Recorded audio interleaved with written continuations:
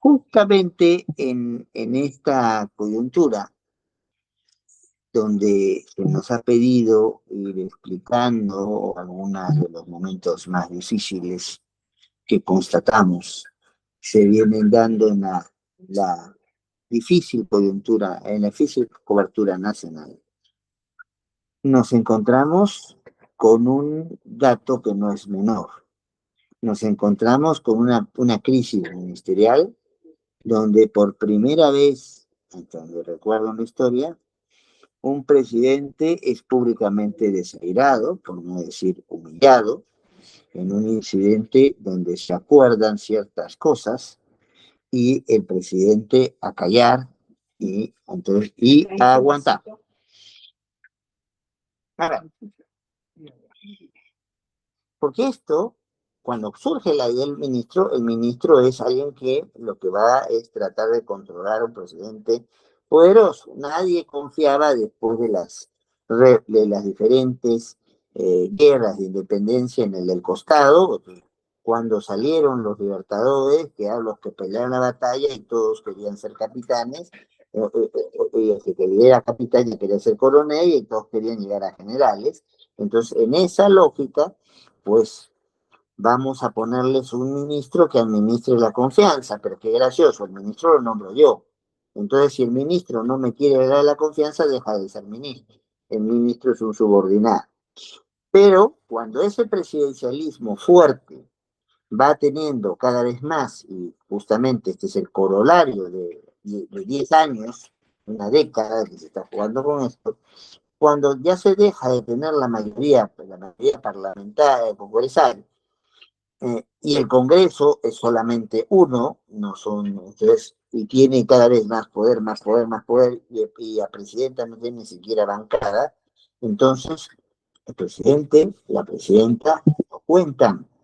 Lo que cuentan es llevarse bien con los intereses de coyuntura, entonces, que convengan a quienes estén representados en el Congreso, donde hay cada vez más gente que no es que esté cerca al crimen organizado, sino que es puesta por el crimen organizado.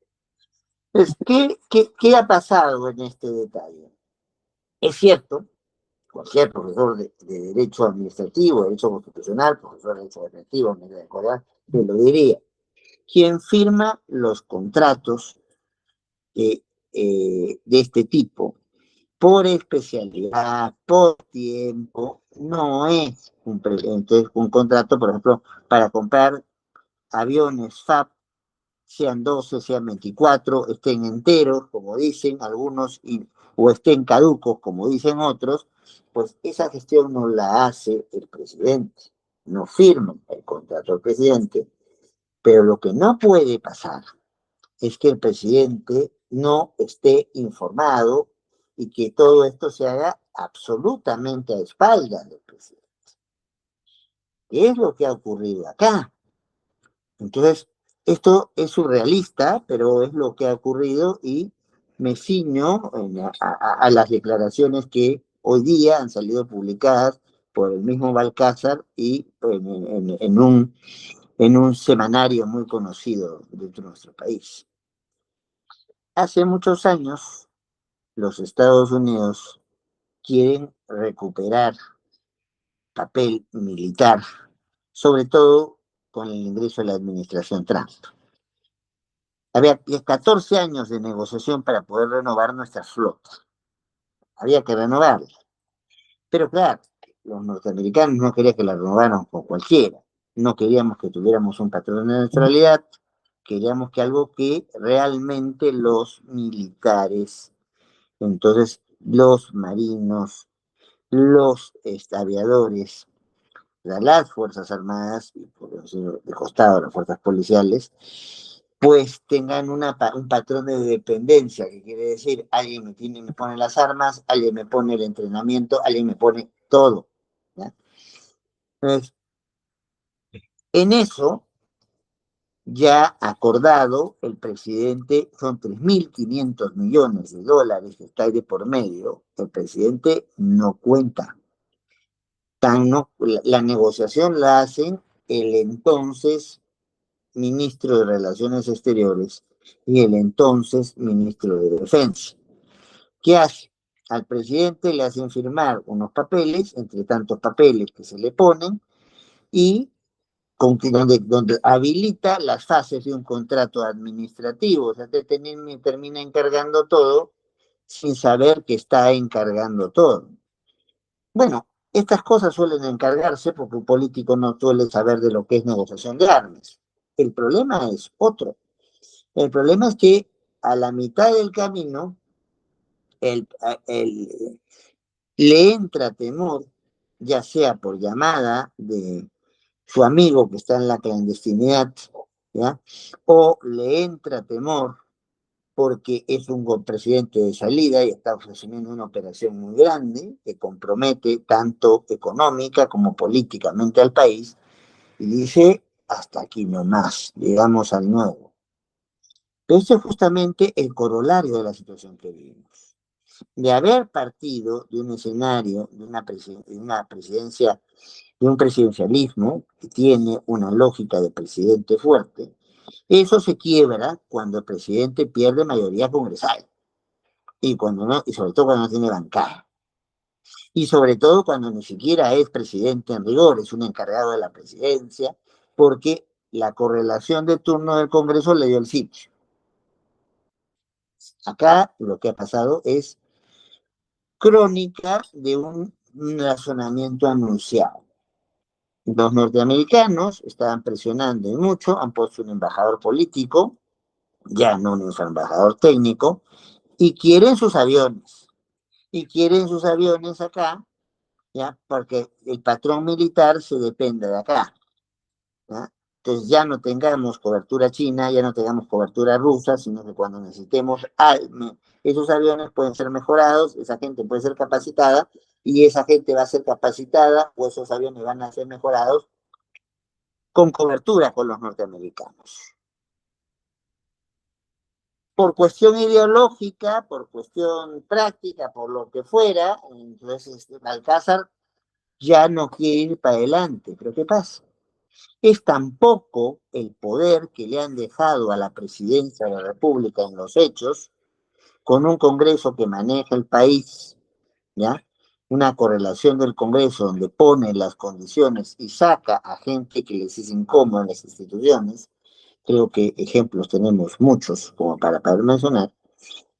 Pero dicen, bueno, pues los ministros no son ministros del señor Alcázar, son ministros de la gente a la cual desde el Congreso, el embajador de los Estados Unidos, que manda hasta un mensaje en X diciendo cómo tienen que hacer las cosas, y se va a sentar en Palacio de Gobierno para que le firmen su contrato, pues al presidente le hacen firmar un papel preliminar y siguen haciendo las gestiones y siguen haciendo las cuestiones en contra de las órdenes expresas del presidente.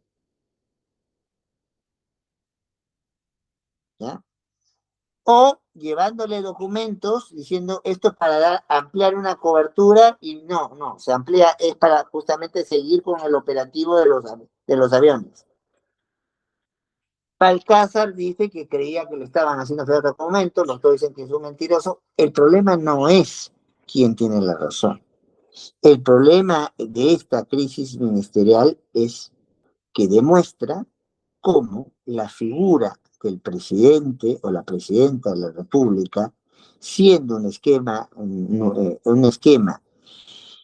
formalmente donde quien debería mandar, quien es jefe de Estado, quien es jefe de gobierno, quien es jefa de Estado, jefe de gobierno, es quien preside, no. Ahora, hasta los que convoca al kiosco se les insubordinan y le salen a gritar en la cara mentiroso. Hemos llevado con la práctica política de los últimos 10 años al declive del modelo de gobierno que tenemos establecido en el país. Hemos pasado de un presidente, porque no había presidente de ese momento, todopoderoso, a presidentes que entonces que eran presidentas que eran subordinadas a un Congreso hemos pasado después a encargados de la presidencia que, entonces, si se salían del libreto, ya ni siquiera los vacaban porque no les quería vacarlos, conseguían los votos y no importaba para quién se consiguieran los votos para ponerlo adelante.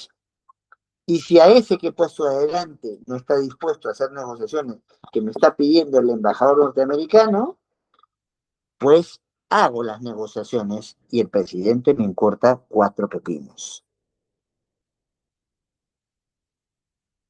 Eso es lo más preocupante de esta coyuntura. ¿Cómo? Entonces, porque el derecho no solamente es la norma, el derecho son los hechos y los derechos son los valores. Entonces, si hay una dinámica de cómo se entiende mi quehacer político, o hay una dinámica de cómo tengo que valorar ese quehacer político, entonces no importa que yo te ponga el fajín presidencial y que tú crees que mandas el país.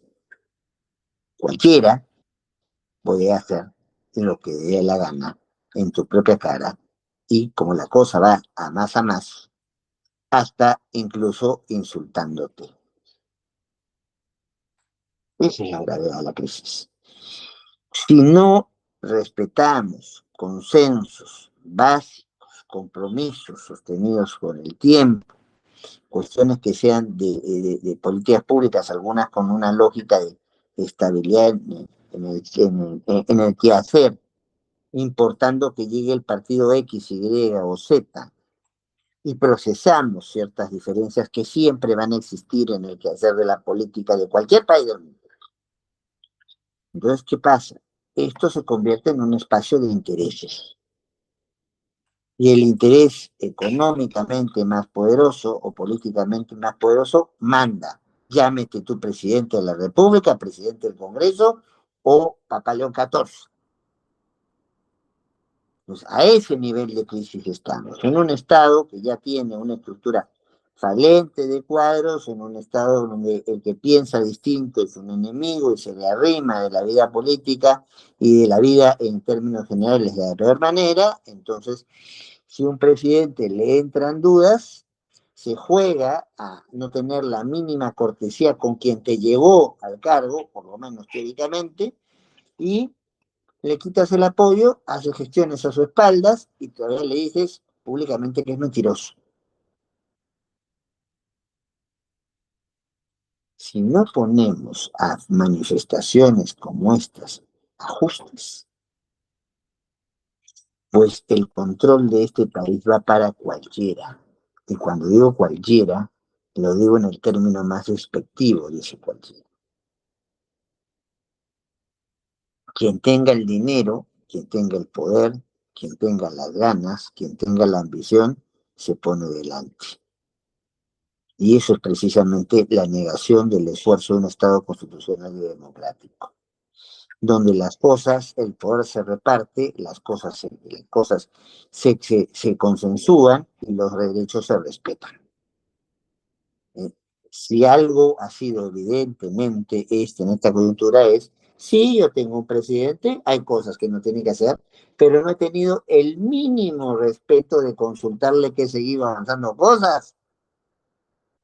Y cuando él ha dicho no, me lo he pasado por encima, no le conté y después lo dejo como un mentiroso. ¿Quién se va a sentar para negociar cualquier cosa o para tomar cualquier decisión en el país de aquí hasta lo que dure el señor Balcázar? ¿Y qué puede pasar mirándonos en la imagen con un Congreso donde nadie va a tener mayoría, donde va a tener un Senado de una composición todavía extraña, ¿ya? Que va a ser el que tenga los superpoderes? ¿Qué peso real va a tener quien presida la República en un cuadro donde se le hace más caso a los intereses están más pegados en un Congreso que yo no controlo, que no tengo mayoría, y donde puede venir un embajador prepotente que se cree un virrey a decirnos qué hacer? Entonces, estamos viviendo ya en una realidad virtual. Lo lógico, sí, pues no vamos a pedirle al presidente que esté mirando todos los acuerdos, pero lo que no podemos hacer de cuenta es que el presidente no está. El presidente es el jefe de la política de gobierno. Entonces no puede no estar enterado que pasa esto.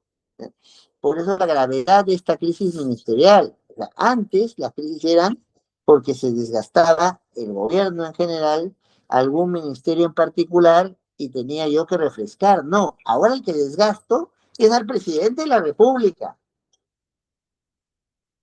O sea, con quien hago lo que quiero, ¿ya? Y se la tiene que soplar y se la tiene que aguantar, es el presidente de la República. Esa es la gravedad de esta crisis, puesta a meses de un cambio de gobierno con un Congreso que va a ser tan o más inestable que el Congreso que tenemos ahora, y con un presidente o presidenta con menos atribuciones para poder controlar, porque ahora todos los mecanismos de evaluación de los órganos de gobierno central va a estar a cargo de diputados, pero quien nombra y quien destituye es el Senado, al cual no puedo tocar y no puedo disolver. Lo que se viene, si no hacemos correcciones, si los ministros asumen que lo que administran no es la confianza, la lealtad de su presidente o presidenta, sino lo que la presión llevada por intereses mil, en este caso, un embajador político con ciertas necesidades para posesionar geopolíticamente, si cabe el término, en su país, pero puede ser cualquier otra cosa. Puede ser la minería ilegal, puede ser el narcotráfico.